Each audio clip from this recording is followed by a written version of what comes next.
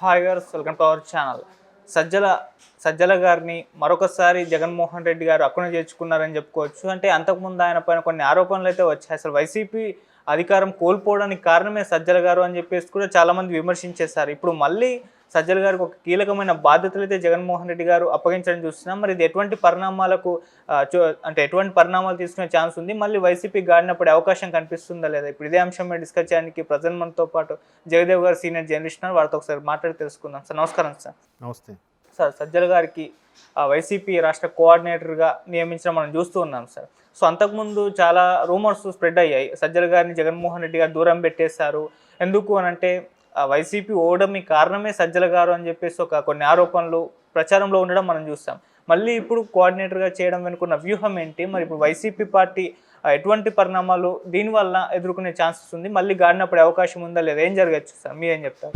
సజ్జల గారికి మీరు అన్నట్టు మళ్ళీ స్టేట్ కోఆర్డినేటర్ బాధ్యతలు ఇచ్చారు. ఈ అప్పగించినప్పుడు ఎటువైపు దారి తీస్తుంది అనేది సందేహం. మీరు అన్నట్టు ఆ వార్తలు అయితే బాగా వినిపించాయి. సజ్జల గారికే పెద్దపీట వేశారు. సకల శాఖ మంత్రి అన్నోన్ ఆల్ దాన్ని ఏమంటారు క్యాబినెట్స్ అన్నట్టుగా ఒక ట్రోల్స్ అయితే జరిగేవి. అది చాలదన్నట్టు వాళ్ళ అబ్బాయి భార్గవరెడ్డి గారికి కూడా సోషల్ మీడియాలో ఇన్ఛార్జిగా చేయడము, ఆయన అన్నీ చూసుకున్నారని, ఐపాక్ టీంను కూడా ఆయన కనుసన్నల్లో నడిచేదని, ఆయన ఇష్టం వచ్చినట్టు పోస్టులు పెట్టేవారని కూడా ఒక వార్తలు ఉన్నాయి. ఇవన్నీ జరిగిన తర్వాత కూటమి గవర్నమెంట్ ఫామ్ అయింది. ఫామ్ అయిన తర్వాత ఎందుకో సడన్గా ఒక్కసారి విజయసాయిరెడ్డి గారి మీద ఒక దేవాదాయ శాఖ అసిస్టెంట్ కమిషనర్, డిప్యూటీ కమిషనర్ ఆవిడ పేరు మర్చిపోయాను, ఆవిడదో ఇష్యూ రావడం, వాళ్ళిద్దరికీ ఏదో సంబంధం ఉంది, వాళ్ళ బిడ్డ ఎవరు, ఇట్లా రకరకాలుగా కూడా జరిగాయి కదా. సో ఆవిడ కొంచెం వైసీపీ ఫేవర్కి వాళ్ళకి భూములు, దేవాదాయ శాఖ భూములు అన్యాక్రాంతం చేశారని, షాప్స్ కూడా వాళ్ళకి టెండర్ లేకుండా ఇచ్చారని, దాంట్లో విజయసాయి గారి హస్తం ఉందని రకరకాల వార్తలు వస్తే దాన్ని వైసీపీలో ఏ ఒక్కరూ ఖండించలేదు.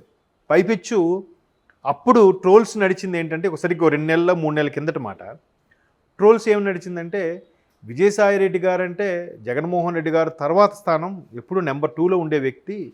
ఆయన సొంత వ్యవహారాలు కానీ, రాజకీయ వ్యవహారాలు కానీ, కుటుంబ వ్యవహారాలు కానీ ప్రతిదీ కూడా చూసుకున్నది విజయసాయిరెడ్డి గారు. విజయసాయిరెడ్డి గారి పెత్తనాన్ని తట్టుకోలేకే ఎవరో వైసీపీకి చెందిన వాళ్ళు ఈ విధంగా ట్రోల్స్ చేస్తున్నారు, ఇది కూటమికి బాధ్యత కాదు అని కూడా కొన్ని వార్తలు చూసాం. సో అప్పుడు చూచాయిగా వినపడిన పేరు ఒక పెద్ద మనిషి పేరు, మనకి అందరికీ తెలిసిన పేరే అది, బట్ ఇప్పుడు నేను చెప్పడం అనవసరం. సో ఇట్లాంటి రకరకాల రూమర్సు, రకరకాలుగా ఇబ్బందులు, మేబీ ఆ పెద్ద మనిషి ఈయనైనా అన్నట్టుగా కొన్ని సందేహాలు, ఈయనేనంటే సజ్జల గారేనా, ఇట్లాంటి వినిపిస్తున్న నేపథ్యంలో మరలా ఆయనకే అన్నోన్ సకల శాఖ మంత్రిగా సజ్జల గారికి ప్రొజెక్ట్ చేశారు, మళ్ళీ ఆయనకే ఇవ్వడం ఉద్దేశం ఏంటనేది క్వశ్చన్ మార్క్. ఇదిలా ఉంటే విజయసాయిరెడ్డి గారు నెంబర్ 2 స్థానంలో ఉన్నప్పుడు సోషల్ మీడియా వేదిక కానీ, లేదంటే పార్టీలో ఉండే కీలకమైన నాయకులు కానీ పరిధి దాటి మాట్లాడిన సందర్భాలు లేవు. అంటే ఊరికే ఎక్స్ట్రీమ్ లెవెల్కి వెళ్ళి టంగ్ స్లిప్ అయిన మాట్లాడడం అయితే జరగలేదు అంతగా. మామూలుగా రాజకీయ పరంగా విమర్శలు చేయొచ్చు, ఎన్నైనా చేయొచ్చు, కానీ మరీ ఫ్యామిలీకి, వైఫ్కి, పిల్లలకి, ఆడపిల్లల మీద విసురులు విసరడం అనేది సరైన పద్ధతి కాదు. అది అందరూ చూసాం. ఇప్పుడు ఆల్రెడీ ఎవరైతే సోషల్ మీడియాలో ఉన్నారో వాళ్ళు ఎదుర్కొంటున్నారు. సో ఈయన వచ్చాకే ఇటువంటి ధోరణి పెరిగింది అనేది కూడా ఒక విమర్శ ఉంది. ఇంకో విమర్శ ఏంటంటే, జగన్మోహన్ రెడ్డి గారు 11లోనో 12లోనో పార్టీ పెట్టినప్పుడు ఏదైతే పాదయాత్ర చేశారో అనుకున్నారో, ఓదార్పు యాత్ర చేశారో, అరెస్ట్ అయ్యారు, తర్వాత షర్మిలమ్మ గారు పాదయాత్ర చేశారు, గవర్నమెంట్ ఫామ్ 2019లో అయింది. అంతవరకు కూడా ఏదైతే జగన్మోహన్ రెడ్డి గారితో కలిసి ఉన్నారో 2019 ముందు ఉన్న వాళ్ళు ఎవరు 19 తర్వాత లేరు.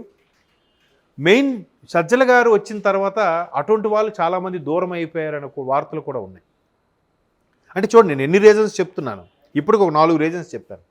ఇంకో రీజన్ ఏంటంటే, మన జక్కంపూడి రాజా గారు, మాజీ ఎమ్మెల్యే, రాజానగర్ ఎమ్మెల్యే గారు, కరణం ధర్మశ్రీ గారు, లేదా బాలినేని శ్రీనివాసరెడ్డి గారు, వీళ్ళందరూ రకరకాల సందర్భాల్లో రకరకాలుగా చెప్పుకొచ్చేది ఏంటంటే, జగన్మోహన్ రెడ్డి గారు ప్రజల్లోకి రాకపోవడమే కాక మాలాంటి కీలకమైన నాయకుల యొక్క సలహాలు సూచనలు వినిపించకపోవడమే కాకుండా మాకు కనీసం కలవడానికి కూడా ఎప్పుడు అవకాశం ఇవ్వలేదు. కనీసం మేము కలవడానికి వెళ్తే సార్ బిజీగా ఉన్నారు, నెక్స్ట్ వీకో లేకపోతే నెక్స్ట్ మంతేనా మీకు అపాయింట్మెంట్ ఇస్తాం రండి అని ఎప్పుడు చెప్పలేదు. దానికి సంబంధించి ప్రధానంగా ఈ గేమ్ ప్లే చేసింది సజ్జల గారు, ధనుంజయ్ గారే అనేది వాళ్ళ ఆరోపణ. ఒకనొక సందర్భంలో ఇండైరెక్ట్గా ఓపెన్ అయ్యారు కూడా.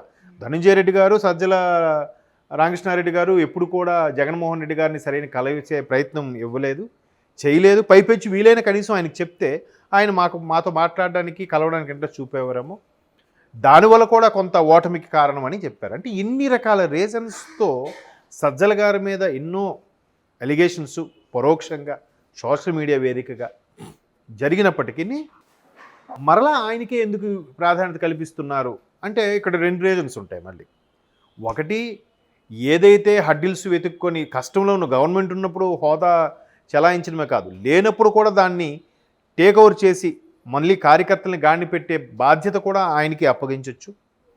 లేదంటే సజ్జల భార్గవరెడ్డి గారి రూపంలోనో, లేదా సజ్జల రామకృష్ణారెడ్డి సూచనల ద్వారానో, లేదంటే అందరి నాయకులకి ఎవరెవరైతే మాట్లాడమని విచ్చలవిడిగా మాట్లాడమని చెప్పారో వాళ్ళందరికీ ఇచ్చే సూచనల్లో ప్రధాన పాత్ర సజ్జల రామకృష్ణారెడ్డి గారు కాబట్టి రేపొద్దున కేసులు అలిగేషన్స్ అయితే ఈయన కీలకమైన పాత్రలో ఉంటే తను సేఫ్ జోన్లో ఉన్నట్టుగా చేసి ఉండొచ్చు అని నా అభిప్రాయం.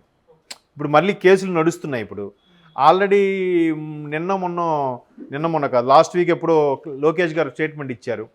రెడ్ బుక్ అంశం ఊరికే ప్రస్తావిస్తున్నారు కూడా చెప్తున్నా, ఆల్రెడీ చాప్టర్ 1 చాప్టర్ 2 అయింది, chapter 3 get ready to face అన్నట్టుగా ఉంది. సో ఇలాంటి ఇష్యూస్ కానీ జరిగేలాగా ఉంటే సజ్జల గారి ప్రోద్బలంతో వీళ్ళందరూ మాట్లాడారనే టాక్ కూడా ఉంది కదా. సో ఆ కేసులు ఇష్యూ అయినప్పుడు మీకు ఎవరు మాట్లాడమంటే అధిష్టానం మాట్లాడమంటే మాట్లాడాం. వైసీపీ కేంద్ర కార్యాలయం నుంచి వచ్చిన సూచనల ప్రకారం మాట్లాడాం. లేదా వైసీపీ కేంద్ర కార్యాలయంలో చీఫ్ సెక్రటరీగా ఉన్న సజ్జల గారు మాట్లాడమంటే మాట్లాడాం అని చెప్పినప్పుడు ఆ అంశం ఏదైతే ఉందో అది ఆయనకి ఆపాదించబడేలాగా, ఆయనే ఫేస్ చేసేలాగా ఉంటే బాగుంటుందని, లేదంటే ఆయనే సూచనలు ఇచ్చాడు కాబట్టి ఆయనే దానికి తగ్గ ఎక్స్ప్లెనేషను, సవరణ ఇచ్చుకునే విధంగా ఉంటుందని కంటిన్యూ చేస్తున్నారా అనేది ఒక నా డౌట్. ఇది జనరలైజ్డ్ కాదు. లేదంటే ఆ అంశాలన్నీ తెలిసి నలిగిపోయి ఉన్న వ్యక్తి కాబట్టి సజ్జల గారు, పైగా ఒకప్పుడు మీడియాలో చేసిన పర్సనే, జర్నలిస్ట్ మీడియా పర్సనే కాబట్టి ఆయన ఇలాంటివి కొంచెం చాకచక్యంగా ఎదుర్కోగలుగుతారనే ఉద్దేశంలో కూడా జగన్మోహన్ రెడ్డి గారు ఆయనకే కొనసాగించే అవకాశం ఇస్తే ఇచ్చుండొచ్చు. ఇంకొక రీజన్ కూడా ఉంది. నేను ఇప్పుడు 2 ఆప్షన్స్, ఒకటి గాడిని పెట్టొచ్చు అని, రెండవది అప్పుడు ఆ సీక్వెన్స్ అన్నీ ఏవైతే ఉన్నాయో వాటిని మళ్ళీ ఈ సీక్వెన్స్కి ఎదుర్కోవాలంటే ఆయనైతే సమాధానం చెప్పగలడు. మూడవది, సరైన నాయకులు లేరేమో కదా. ఇప్పుడు వైసీపీ ఒకటి, కూటమిలో వాళ్ళు ఎవరైతే అటాక్ చేసుకోవాలనుకుంటున్నారో వెళ్ళిపోవడం ఒకటి, కొంతమంది గోడ మీద పిల్లుల్లాగా ఉన్నారు, కొంతమంది మనకెందుకు లేని స్తబ్దుగా ఉన్నారు కదా, కొంతమంది అసలు బయటికే రావట్లేదు. సో ఇంకెవరున్నారు? రాష్ట్ర స్థాయి నాయకులుగా చలామణి అవ్వడానికి, ఆ ఛార్జ్ తీసుకొని భరించడానికి, దేనికైనా సై అంటూ ప్రభుత్వానికి ఎదురెళ్ళడానికి ఎవరు సిద్ధంగా ఉంటారు? ఎవరున్నారు? సో ఉన్న వాళ్ళకే ఆప్షన్స్ ఇవ్వాలి కాబట్టి అందుకే పెద్దిరెడ్డి గారికి, ఈయనకి, ఆయన ఎవరు మిథున్ రెడ్డి గారికి, వీళ్ళందరికీ అవకాశం ఇస్తున్నారేమో, అయి ఉండొచ్చు. చూద్దాం మరి ఈ టర్ము సజ్జల గారు ఏ విధంగా హ్యాండిల్ చేయబోతారు అనేది wait and see. Okay sir, thank you so much.